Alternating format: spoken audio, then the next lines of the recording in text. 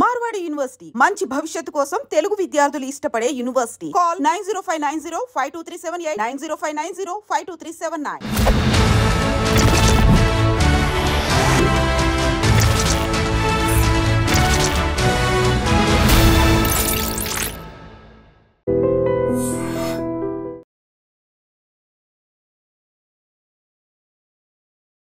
అందరికీ నమస్కారం. నేను Swarupa Potlapalli. Welcome to trending topic. Karnataka మాజీ డీజీపీ ఓం ప్రకాష్ దారుణ హత్య కేసులో అనేక భయంకరమైన విషయాలు వెలుగులోకి వస్తున్నాయి. భార్య పల్లవియే ఆయనను కట్టేసి కళ్లల్లో కారం కొట్టి కత్తితో పొడిచి చంపినట్టుగా పోలీసుల ఇన్వెస్టిగేషన్ లో తేలింది. ప్రస్తుతం నాతో పాటు ఫ్యామిలీ కౌన్సిలర్ రజనీ రమ గారు ఉన్నారు. ఆవిడతో మాట్లాడదాం. నమస్తే రజనీ గారు. మీరు కూడా చూస్తున్నారు కదా, ఆదివారం కర్ణాటక మాజీ డీజీపీ ఓం ప్రకాష్ గారు దారుణ హత్యకు గురయ్యారు. మొత్తానికి ఇది ఇంట్లో వాళ్ల పని అయ్యి ఉంటుందని పోలీసులు కూతుర్ని భార్యని అదుపులోకి తీసుకుని విచారణ జరిపారు. అనుకున్నట్టుగానే ఆయన హత్య కేసు వెలుగులోకి వచ్చింది. మీరేమంటారు ఈ కేసు గురించి? అది ఆస్తి తగాదాలని చెప్తున్నారు కదా, తగాదాన్ని కూడా కాదు, ఈయన ఎవరికో ఆస్తిని రాసినట్టు లేదా ఆస్తి ఏదో ట్రాన్స్ఫర్ చేసినట్టు ఏదో అలా మనకి న్యూస్ తెలుస్తుంది కదా.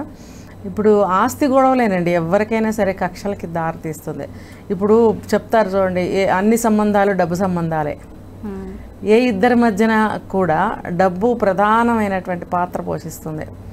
అందుకనే ఫ్యామిలీ మెంబర్స్తో కలిసి ఆలోచించి నిర్ణయాలు తీసుకోవాలి. ఏదైనా కూడా ఇండివిజువల్ డెసిషన్స్ తీసుకుంటే ఫ్యామిలీ మెంబర్స్కి నచ్చదు. అసలు ముందుగా రజనీ గారు, మనం ఈ హత్య జరిగిన విధానం గురించి మాట్లాడుకోవాలి. పోలీసుల ఇన్వెస్టిగేషన్లో అయితే అనేక భయంకరమైన విషయాలు బయటకు వచ్చాయి. ఆమె పల్లవి భర్తని దారుణంగా పొడిచి చంపడమే కాకుండా ఇంకొక ఐపీఎస్ భార్యకు కాల్ చేసి వీడియో కాల్, అది కూడా అతని డెడ్ బాడీని చూపిస్తూ ఈ రాక్షసుని చంపేశాను నేను అంటూ చెప్పిందంట. పైగా ఇంకొకటి ఏంటంటే, ఆమె తనని చంపేస్తానని గతంలో కూడా చెప్పినట్టుగా తెలుస్తోంది. అంటే ఒక భార్య ఇలా వీడియో కాల్ చేసి మరి డెడ్ బాడీ చూపించడం ఏంటి, రాక్షసుడు అనడం ఏంటి, వీటన్నిటి గురించి చర్చ జరుగుతోంది. ఇప్పుడు ఒక ఆస్తి గొడవే కాకపోవచ్చు, వీళ్ళిద్దరి మధ్యన రిలేషన్ కూడా అంత బాగోలేదని అనిపిస్తుంది నాకైతే. ఎందుకంటే ఇప్పుడు వీళ్ళ ఇష్టానికి వ్యతిరేకంగా వాళ్ళు ఇష్టానుసారంగా ప్రవర్తించడానికి అలవాటు పడతారు కొంతమంది. ఇప్పుడు అతను police department that higher cadre చేశారు.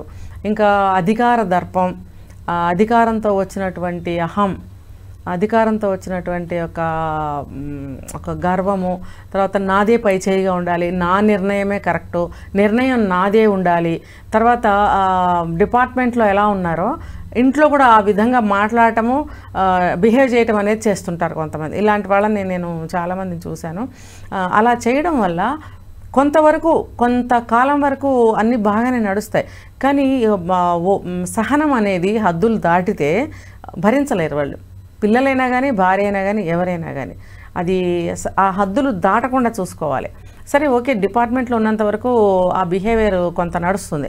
రిటైర్ అయిన తర్వాత మార్చుకోవాల్సిన అవసరం ఎంతైనా ఉంది. అది వేరు, అది జాబ్ కోసం నువ్వు ఆ వేషం వేసుకున్నావు, ఆ రకంగా నువ్వు బిహేవ్ చెయ్యాలి. ఎందుకంటే కొన్ని కఠినమైనటువంటి నిర్ణయాలు తీసుకోవాలి, స్పాట్లో తీసుకోవాల్సి ఉంటుంది. అలాంటప్పుడు నీ ఆలోచన ధోరణి కొంచెం కఠినంగానే ఉంటుంది కూడా. అది నువ్వు తీసుకొచ్చి ఇంట్లో కూడా అలాగే ఉండాలంటే ఇది కుదరదు. ఇది నువ్వు పోలీసు వాడివి, ఇంట్లో అందరూ పోలీసు వాళ్ళు కాదు కదా. మరి అలాంటప్పుడు భార్యని భార్యగా చూడాలి, పిల్లల్ని పిల్లలుగా చూడాలి, వాళ్ళని ప్రేమించాలి. అంటే అక్కడ ఆఫీస్కి సంబంధించిన, డిపార్ట్మెంట్కి సంబంధించిన మనస్తత్వం వేరుగా ఉండాలి, ఫ్యామిలీకి సంబంధించిన మనస్తత్వం కంప్లీట్గా డిఫరెంట్గా ఉండాలి. ఇది ఏంటంటే నువ్వు భర్తగా ఉండాలి, ఒక తండ్రిగా ఉండాలి. అయితే హత్యలు అనేవి మనం ఏమాత్రం సమర్థనీయం కాదు. భార్యాభర్తల మధ్య ఏవైనా గొడవలు ఉండొచ్చు, ఆస్తి తగాదాలు కావచ్చు, కుటుంబ వ్యవహారాలు కావచ్చు, ఆమె మానసిక స్థితి సరిగా లేదని ఇప్పటికే కొడుకు చెప్తున్నాడు, అది కూడా కావచ్చు.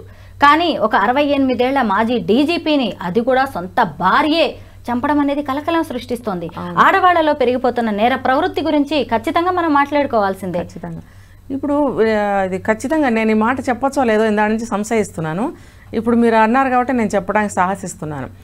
ఎంతో హింస పెడితే కానీ ఆడవాళ్ళు తిరగబడరండి. అంటే జనరల్గా ఇప్పుడు జరుగుతున్న ఈ నేరాలు పక్కన పెడితే ఇటువంటి సంఘటనలో మాత్రం నేను ఖచ్చితంగా చెప్పగలను, ఆడవాళ్ళని ఎంతో హింస పెడితే తప్ప ఇలాంటి ఎదురు తిరగడము, ఇలాంటి నిర్ణయాలు తీసుకోవడం అనేది చెయ్యరు. ఇప్పుడు చూడండి, రిటైర్ అయ్యే 8 years అయింది. ఆమె కూడా పెద్దావిడే అయి ఉండాలి. మరి ఇంతకాలం ఆవిడ ఎన్నో భరించి ఉంటుంది ఆయనతోటి. ఆయన కూడా ఏం టార్చర్స్ పెట్టుంటాడో. తర్వాత ఆస్తి వివాదం ఒకటి, మరి కూతురు కొడుకు ఈమెకు సపోర్టే ఉన్నారు అని అంటే ఖచ్చితంగా ఆయనది డీజీపీ ఎవరైతే ఉన్నారో ఆయన తప్పు ఉండే ఉంటుంది. ఇప్పుడు నేర ప్రవృత్తి పెరిగిపోతుంది అని అంటే పెరిగిపోతుంది కాబట్టి ఫ్యామిలీ మెంబర్స్తో అందరూ కూడా ఎలా బిహేవ్ చేయాలి, ఒకళ్ళతో ఒకళ్ళు ఫ్యామిలీలో ఎలా బిహేవ్ చేయాలి, సభ్య సమాజంలో కూడా ఒక మనిషితో ఎలా బిహేవ్ చేయాలి అనేది ఖచ్చితంగా ఈ సంఘటనల ద్వారా మనకు తెలుసుకోవాలి. అటువంటి నేచర్ని మనం అలవాటు చేసుకోవాలి కూడా. ఇప్పుడు కోపతాపాలు పెంచే విధంగా, కక్షలు పెంచే విధంగా, రెచ్చగొట్టే విధంగా ఉంటున్నాయి ప్రవర్తనలు కానీ మాటలు కానీ. అవి ప్రతి ఒక్కళ్ళు కూడా మానుకోవాలి, తగ్గించుకోవాలి అన్నట్లయితేనే మానుకోవాలి. రెచ్చగొట్టే విధంగా మాట్లాడిన ఒక మనిషిని హింసాపూర్వకంగా ట్రీట్ చేసిన, ఇప్పుడు ఈయనున్నారు డిఐజీ, ఆయన ఏదన్నా అటువంటి పని చేసి ఉండొచ్చు ఆవిడ పట్ల. లేకపోతే ఈ వయసులో ఆ తరం ఆవిడ ఆ పని ఎందుకు చేస్తుంది? పైగా ఆవిడ కొలీగ్ అయి ఉండాలి. ఇంకొక ఆవిడతో మాట్లాడారు, ఐపీఎస్ భార్య అని అన్నారు కదా, ఆవిడ ఇవిడికి క్లోజ్ ఫ్రెండ్ అయి ఉండొచ్చు. ఏదైనా తరచుగా ఇద్దరు మాట్లాడుకుంటూ ఉండొచ్చు, ఇంటి విషయాలు మాట్లాడుకుంటూ ఉండొచ్చు. అంటే ఈవిడ అనుభవిస్తున్న మనోవేదన ఏదైనా ఉంటే ఆవిడతో షేర్ చేసుకుంటూ ఉండొచ్చు. అందుకే నేను చంపేశానని చెప్పి ఆవిడకి వీడియో కాల్ చేసి చూపించడం జరిగింది. అయితే అంత జరగబట్టే ఈవిడ ఆ హత్య చేయడానికి పూనుకుంది అనేది అర్థమవుతుంది. కట్టుకున్న భర్తల్ని కన్న బిడ్డల్ని కూడా చంపడానికి ఈ ఆడవాళ్ళు ఏ మాత్రం ఆలోచించట్లేదు. ఈ మధ్య అమీన్పూర్ లో వివాహేతర సంబంధం కారణంగా 3 పిల్లల్ని రజిత అనే ఆమె ఎలా చంపిందో చూసాము. మళ్ళీ ఇక్కడ గాజుల రామారం హైదరాబాద్ లో కూడా పిల్లలకి ఆరోగ్య సమస్యలు, తనకి ఆరోగ్య సమస్యలు అంటూ ఒక తల్లి వేట కొడవలితో 2 మగ పిల్లల్ని చంపేసి తాను ఆత్మహత్య చేసుకుంది. ఎందుకు ఆడవాళ్ళు ఇంత బలహీనంగా తయారవుతున్నారు? ఎందుకు ఇంత క్రూరంగా మారుతున్నారు? విషయం ఏదైనప్పటికీ కూడా ఆలోచన శక్తిని కోల్పోతున్నారు. సహనం అనేది అస్సలు ఉండటం లేదు. తను అనుకున్నది జరగట్లేదు, అంతే. వెంటనే ఈ నిర్ణయాలు తీసుకుంటున్నారు. ఇది ఎంతవరకు కరెక్టో, చెయ్యొచ్చా లేదా, దీనివల్ల రిఫ్రిగేషన్స్ ఏంటి, నెక్స్ట్ మినిట్లోనే వాళ్ళు జైలుకి వెళ్తారనే విషయం కూడా వాళ్ళు ఊహించలేకుండా ఉన్నారా? ఇది తెలుసుకోవాలి వాళ్ళు. ఇప్పుడు అంటే కొంతమంది అనుకుంటూ ఉంటారు, ఈ వేదన భరించే కంటే మేము వెళ్ళి జైల్లో కూర్చోవటం మంచిది. ఇప్పుడు అక్రమ సంబంధాలు కానీ అవే ఎక్కువ జరుగుతున్నాయి, భర్తల్ని చంపేయడం. ఇప్పుడు మనం చాలాసార్లు చెప్పుకున్నాం, అక్రమ సంబంధాలు ఉంటే మీరు వెళ్ళిపోండి కానీ మనుషులను చంపకండి. అలాంటప్పుడు అది కూడా వాళ్ళు పాటిస్తే మంచిది. మీరు వదిలేసి వెళ్ళిపోండి, వీళ్ళ బాధ వీళ్ళు పడతారు, అంతేగాని చంపవలసిన అవసరం లేదు. అంటే వాళ్ళ కక్ష తీరటం లేదు అక్కడ. నన్ను ఇంత బాధ పెడతావా, లేకపోతే ఆ ఒక ఉన్మాదంలో ఉంటారనమాట, మా దారికి అడ్డు వచ్చారు. ఇది మనకి డైరెక్ట్గా న్యూస్ తెలిసినప్పుడు ఆ న్యూస్ గురించి మనం మాట్లాడుకుంటున్నాం, కానీ దాని వెనకాల ఏం జరిగి ఉంటుంది అనేది వాళ్ళిద్దరికే తెలుస్తుంది. అంటే ఈ అమ్మాయిగా ఏదైనా తప్పు చేసినా ఆ అబ్బాయి అడ్డుకున్నప్పుడు వాళ్ళిద్దరి మధ్యన సంఘర్షణలు కానీ, గొడవలు కానీ, ఆర్గ్యుమెంట్స్ కానీ ఏమేమి జరిగాయో అవన్నిటికీ కూడా ఇలాంటి హత్యలు జరగటానికి అవన్నీ కూడా కారణాలు అవుతాయి. అయితే కారణం ఏదైనప్పటికీ కూడా నీకు కలిసి ఉండాలని లేనప్పుడు ఇమ్మీడియట్గా నువ్వు వెళ్ళిపోవచ్చు, ఎవ్వరూ నీకు అడ్డుపడరు. ఒకవేళ ఆ అబ్బాయిని వెంటబడి నిన్ను హత్య చేస్తాడని భయపడాల్సిన అవసరమే లేదు నీకు. నాకు ఇష్టం లేదు, ఇప్పుడు తాళి దింపి మొహాన్ని కొట్టి వెళ్ళిపోతున్నారు కదా, వెళ్ళిపోండి. ఇవి మగవాళ్ళు కూడా నేను చాలాసార్లు చెప్పాను, మళ్ళీ చెప్తున్నాను, అలా వెళ్ళిపోవాలనుకున్న భార్యలైనా భర్తలైనా సరే దండం పెట్టి పంపించేసేయండి. హత్యల దాకా, ఆత్మహత్యల దాకా తీసుకొని తెచ్చుకోవద్దు. మీ లైఫ్ మీరు సుఖంగా బ్రతకండి అని నేను చెప్తున్నాను. రజనీ గారు, ఈ మధ్య జరిగిన ఒక 3-4 ఘటనల గురించి మనం మాట్లాడుకుందాం. వరంగల్లో జరిగిన సుమంత్ రెడ్డి హత్య గురించి మనం గతంలో మాట్లాడుకున్నాం. భార్య ఫ్లోరా మరియా చేయించింది, దానికి కారణం వివాహేతర సంబంధం. రజిత 3 పిల్లల్ని చంపేసిందంటే వివాహేతర సంబంధం. తర్వాత తేజస్వి 2 బిడ్డలను చంపి తాను ఆత్మహత్య చేసుకుందంటే ఆరోగ్య సమస్యలు. ఇక్కడ డీజీపీ భర్తనే, మాజీ డీజీపీ అయిన వ్యక్తిని భార్య చంపేసింది అంటే దాని వెనక ఉన్నది కుటుంబ కలహాలు. అంటే ఏంటి, ఇవన్నీ కూర్చుని పరిష్కరించుకోలేనివా? హత్యలే వీటికి పరిష్కారమా? కూర్చుని మాట్లాడుకునేంత సహనం వాళ్ళల్లో ఉంటే అసలు సమస్య అంత దూరం రాదండి. వాళ్ళు చేస్తున్నది తప్పు అయినప్పుడు, వాళ్ళ తప్పు మార్గంలో వెళ్ళిపోవాలని అనుకున్నప్పుడు ఆలోచన సహకరించదు వాళ్ళకి. ఆ ఆవేశంలో ముందు అనుకున్నది చేసేయాలి, అడ్డు తొలగించుకోవాలి.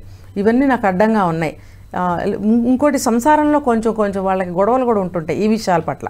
ఇప్పుడు ఈమె ఇలా ప్రవర్తిస్తున్నందుకు భర్త కూడా ఏదో ఒకటి అంటూ ఉన్నప్పుడు ఆ మాటల టార్చర్ కూడా భరించలేకపోతారు.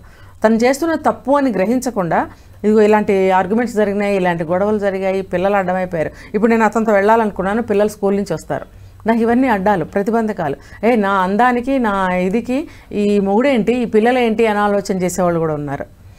ఇవన్నీ కూడా ఇలాంటి కారణాలు తీసుకుంటే అనేకం ఉన్నాయి. కాబట్టి వీళ్ళు కూర్చుని మాట్లాడటానికి అస్సలు ఇష్టపడరు. కూర్చుని మాట్లాడితే కనుక ఇన్ని హత్యలు జరగవు, ఇన్ని సమాజంలో ఇన్ని సమస్యలు కూడా రావు మనకి. నిజమే. ఒక పోలీస్ బాసే ఏకంగా భార్య చేతిలో హత్యకు గురవడం అనేది సెన్సేషన్గా మారింది. కారణాలు ఏవైనా సరే ఆయన భార్య హత్య చేయడం అనేది పెద్ద నేరమే. Thank you so much Rajani గారు.